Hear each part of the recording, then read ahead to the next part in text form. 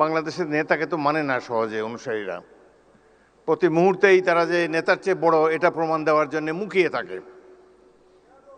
সেই কারণেই এই ধরনের একটা অনুষ্ঠানের এই পরিণতি হলো। আমরা তো জাতীয় ঐক্যের কোনো বহিঃপ্রকাশ দেখাতে পারলাম না। ভুল তো মানুষ করেই, নিশ্চয়ই এখানে ডকুমেন্টারিতে অনেক ভুল আছে। প্রথম ভুল আমি দেখেছি, সেখানে তো আবু সাঈদের ছবিই নাই। আবু সাঈদ এই বিপ্লবের প্রতিচ্ছবি, প্রতীক। তার ছবি না থাকলে এটা কোনো ডকুমেন্টারি হলো না। সেখানে আরও নাই দেশনেত্রী বেগম খালেদা জিয়ার ছবিও তো নাই। প্রকৃতপক্ষে বক্তৃতা দেওয়ার মানসিকতা হারিয়ে ফেলেছি। যে দৃশ্য এখানে দেখলাম সেটিতেই অত্যন্ত দুঃখিত এবং লজ্জিত হয়েছি, ব্যথিত হয়েছি। সকালটা ভালোই কেটেছিল, টেলিভিশনে দেখেছি জুলাই জাদুঘর উদ্বোধনী অনুষ্ঠানটি। সেখানে মাননীয় প্রধানমন্ত্রী এবং অন্যান্য দেশের বিশিষ্ট ব্যক্তিবর্গ ছিলেন। জুলাই যোদ্ধাদের একটি মিলন মেলা দেখতে পেয়েছিলাম সকালে। জাতীয় ঐক্য সহজেই প্রতিভাত হয়েছিল, কিন্তু বিকেলের এই অনুষ্ঠানটিতে যা দেখলাম এটি অভিপ্রেত ছিল না, একেবারেই অনভিপ্রেত। জাতীয় অনুষ্ঠানে আমরা তো জাতীয় ঐক্যের কোনো বহিঃপ্রকাশ দেখাতে পারলাম না। ভুল তো মানুষ করেই, নিশ্চয়ই এখানে ডকুমেন্টারিতে অনেক ভুল আছে। প্রথম ভুল আমি দেখেছি, সেখানে তো আবু সাঈদের ছবিই নাই।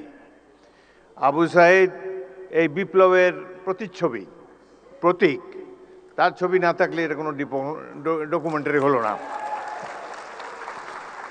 সেখানে আরও নাই দেশনেত্রী বেগম খালেদা জিয়ার ছবিও তো নাই। সুতরাং কিছু ভুল হয়েছে এবং এই ভুল মাননীয় মন্ত্রী জোর হাতে স্বীকার করেছেন, ক্ষমা চেয়েছেন, বারংবার ক্ষমা চেয়েছেন। তারপর তো শান্ত হওয়া উচিত এই ধরনের একটা জাতীয় অনুষ্ঠানে। এটাকে পুষে সংসদের মতো একটা ওয়াকআউট, এটি বাঞ্ছনীয় নয়। আমি লক্ষ্য করেছি মাননীয় সংসদ সদস্য আক্তার, তিনি তার অনুসারীদেরকে প্রশমিত করার চেষ্টা করেছেন, কিন্তু বাংলাদেশের নেতাকে তো মানে না সহজে অনুসারীরা। প্রতি মুহূর্তেই তারা যে নেতার চেয়ে বড় এটা প্রমাণ দেওয়ার জন্য মুখিয়ে থাকে। সেই কারণেই এই ধরনের একটা অনুষ্ঠানের এই পরিণতি হলো। এখানে যারা বিদেশি বসা ছিল, আমি মনে মনে চিন্তা করছিলাম যে ইংরেজিতেই ভাষণ দেব, বিদেশিরা দেখুক 16 বছর আমরা কিভাবে কাটিয়েছি, কিন্তু তারা তো চলেই গিয়েছে। যাই হোক, জাতীয় অনুষ্ঠানে এই ধরনের